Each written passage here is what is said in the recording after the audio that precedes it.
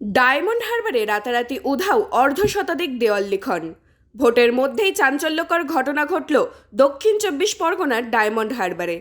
খবর সূত্রে জানা গিয়েছে, ডায়মন্ড হারবারের লালপুল থেকে সরিষা পর্যন্ত রাতের অন্ধকারেই মোছা হলো প্রায় অর্ধশতাধিক দেওয়াল লিখন। সূত্রের খবর, দেওয়াল লিখনগুলি ছিল সিপিআইএম এর তরফ থেকে। এটাই ডায়মন্ড হারবার মডেল। পেছনে এখন নাম দেখা যাচ্ছে। প্রায় ডায়মন্ড হারবার লোকসভা কেন্দ্র জুড়ে ডায়মন্ড হারবার বিধানসভার মধ্যে প্রায় অর্ধশতাধিক দেয়াল এইভাবে রাতারাতি নাম লেখা ছিল, সিম্বল ছিল, চুন করে দেওয়া হয়। এটাই ডায়মন্ড হারবার মডেল। মানুষের কণ্ঠস্বরকে রোধ করা। আসলে প্রতিদিন তৃণমূল বিজেপির সেটিং মানুষ বুঝতে পারছে। অসংখ্য মানুষ আমাদের দিকে জয়েন করছে, সেজন্য একটা শূন্য পাওয়া দলকে ওরা ভয় পায়। কারণ লাল ঝান্ডার সমর্থন প্রতিদিন বাড়ছে।